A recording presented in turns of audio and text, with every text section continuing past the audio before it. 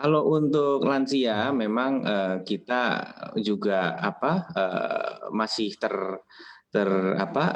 terbatas dengan, ketersediaan vaksin ya, dan kita kemarin juga mengutamakan petugas-petugas publik. Jadi bagaimana kemudian, waktu itu instruksinya adalah mendahulukan yang ada di, ibu kota provinsi.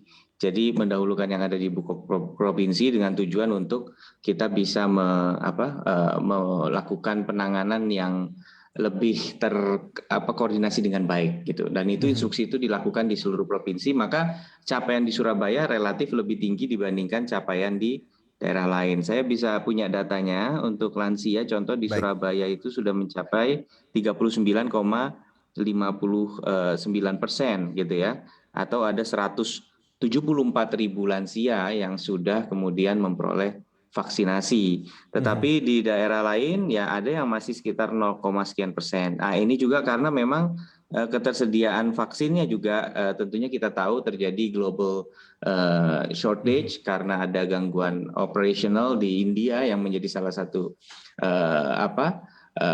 juga tambahan production center, dan juga kita lihat bahwa negara-negara agak holding back dalam mengirim vaksin. Maka Mhm. ini juga berdampak kepada kontinuitas vaksinasi karena kita tidak lagi agresif melakukan suntikan pertama, tetapi selalu mereserve ketersediaan Mhm. vaksin kedua. Jangan sampai orang yang sudah divaksin pertama kali, tahu-tahu vaksin keduanya nanti nggak nyampe, nggak kekirim, Baik. itu akan katastrofik dampaknya. Maka Mhm. ini yang menyebabkan terdampaknya tingkat vaksinasi.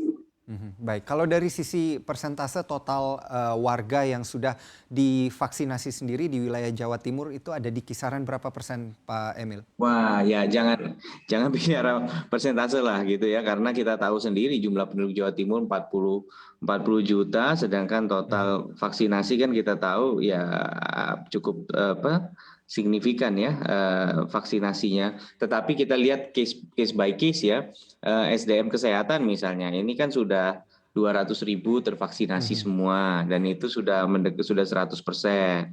Nah, untuk pelayanan publik ini sekitar 30-an%. Sudah ada Mhm. sekitar berapa? 600, saya ulangi ya, 650.000. Nah, ini yang Baik. lansia ini total sekitar 320.000, dan itu ekivalen dengan kurang lebih 12,86% secara agregat gitu. Jadi Mhm. ya angka ini terus dinamis berubah. Sekali lagi tadi mohon dipahami bahwa kita juga sangat Mhm. berhati-hati dengan Baik. agresif vaksinasi dosis pertama atau dosis kedua tidak ada di rentang waktu Mhm. yang sebenarnya dibutuhkan. Inilah yang kita sangat berhati-hati, dan berbagai insentif juga untuk lansia seperti yang mengantarkan 2 lansia juga ikut dapat vaksinasi, ini sudah diperkenankan dan kita juga lakukan dengan semaksimal mungkin. Baik. Pak Emil, jangan lupa untuk install aplikasi CNBC Indonesia di App Store dan juga di Play Store untuk terus mengikuti informasi dan berita terkini terkait ekonomi dan juga bisnis.